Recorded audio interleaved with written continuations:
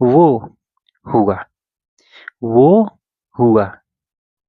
सोचना, तफ़कीर, तफ़कीर होता है सोचना। जैसे कोई भी आदमी सोचता है तो उसको तफ़कीर बोला जाता है। तफ़कीर यानी सोचना। गलत है, गलत, गलत, गलत को गलत ही बोला जाता है। गलत है, गलत, गलत। नहीं, माँ, माँ का मतलब होता है नहीं। नहीं यानी माँ, माँ नहीं। सोचना या समझना। अफ़हम, अफ़हम, अफ़हम, फ़हम होता है समझे, समझे। और अपने तरफ अगर या इशारा करता है आदमी अफ़हम, अफ़हम यानी समझा या समझे।